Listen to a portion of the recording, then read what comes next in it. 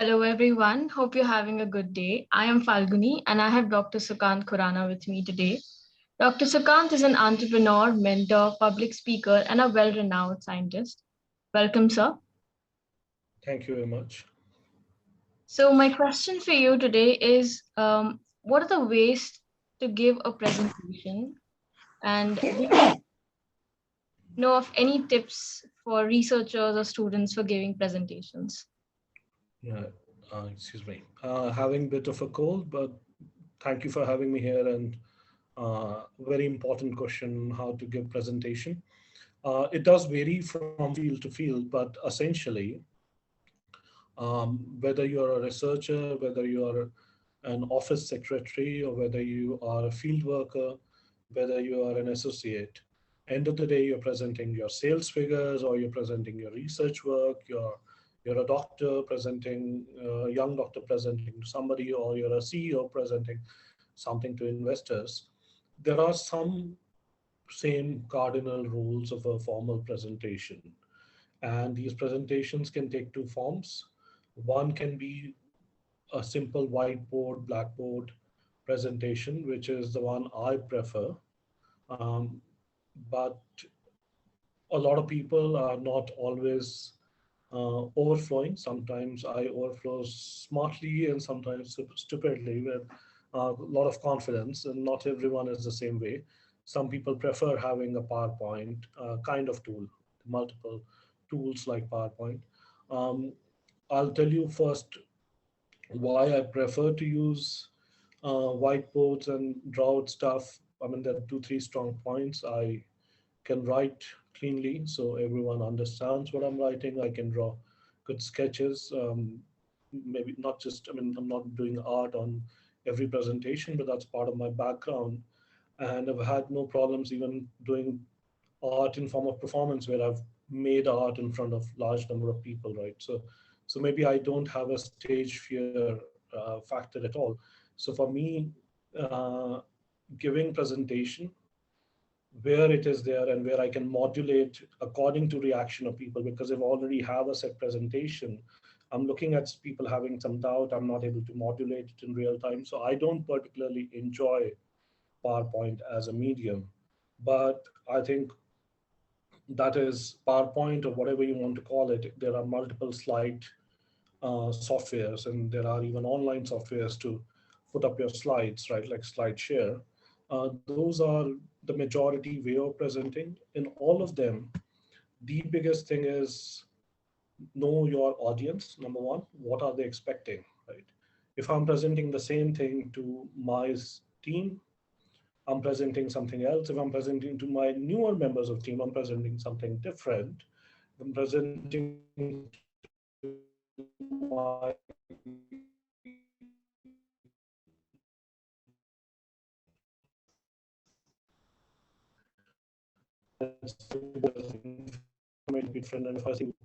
so for the same bit of information, audience matters, right? So number one is know your audience. Number two, know your subject. Um, you can't really talk about something well to a smart audience if you don't know your subject well. The assumption is also that you're speaking to smart audience. So a rule of thumb is assume your audience to be infinitely smart, but also infinitely ignorant. So you're telling them from basics, right?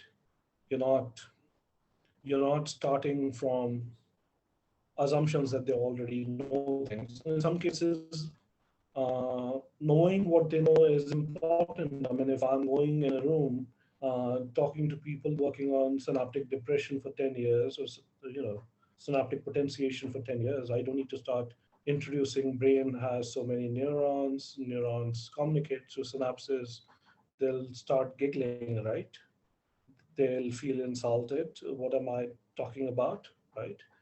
I need to dive into saying that, look, um, I work on this brain region and it's very different than what overwhelming number of you do. And this is how it's different. Like for my PhD, I worked on something called medium superior olive neurons, principal neurons. And I can say, hey, these neurons are so vastly different than the cortical neurons you guys are used to working on, because the time constants are 10 to 100 times shorter, right? So they fire very rapidly. Synaptic release is also faster. Is it really fast or not? Let's dive into it. Let's look at the mechanics. Let's look into the dynamics of the whole processes, right?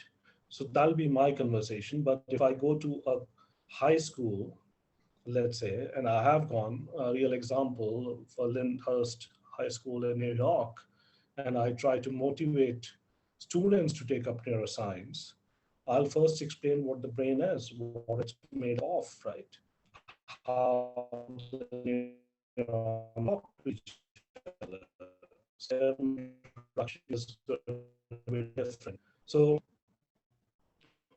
know your audience, right?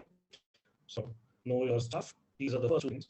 Whichever way you're using, whether you're using PowerPoint or you're writing points, do not need to write whole sentences on a PowerPoint, no more than 6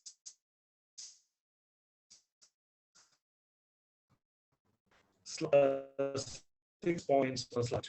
Okay. So keep the number of do not have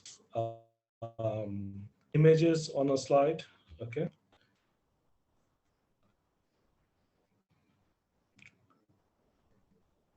So also, when you are presenting something, do not bring in animations, transitions, sound effects unnecessarily.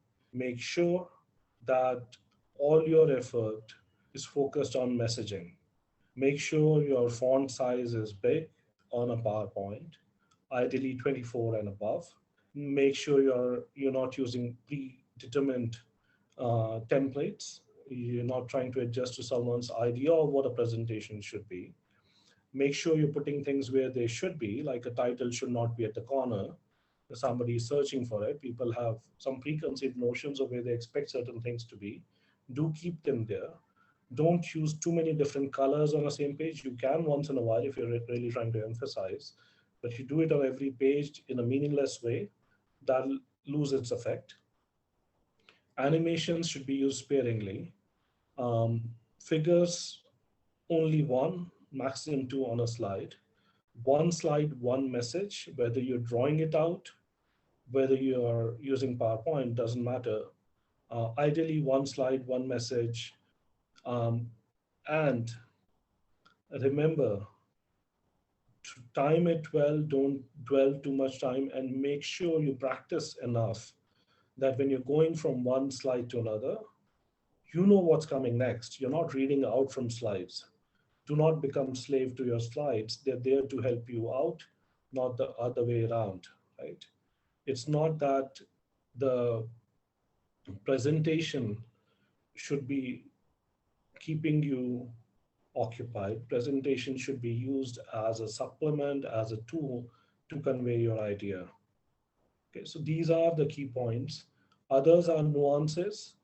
Uh, Confidence matters, clarity matters. Don't use colors which will confuse people. For example, if you use red and green combination, a very large fraction of population is colorblind. You'll be surprised how high of a number it is. And you should not be using these one on another, right? So these are the common things to keep in mind for a good presentation. These are all things from my side. Thank you so much for that information, sir. Those were some great tips for making and giving presentations in a professional manner. Thank you. People who are interested in applying at IonCure for our free training can apply at volunteer@ioncureRx.com. Thank you so much. Thank you.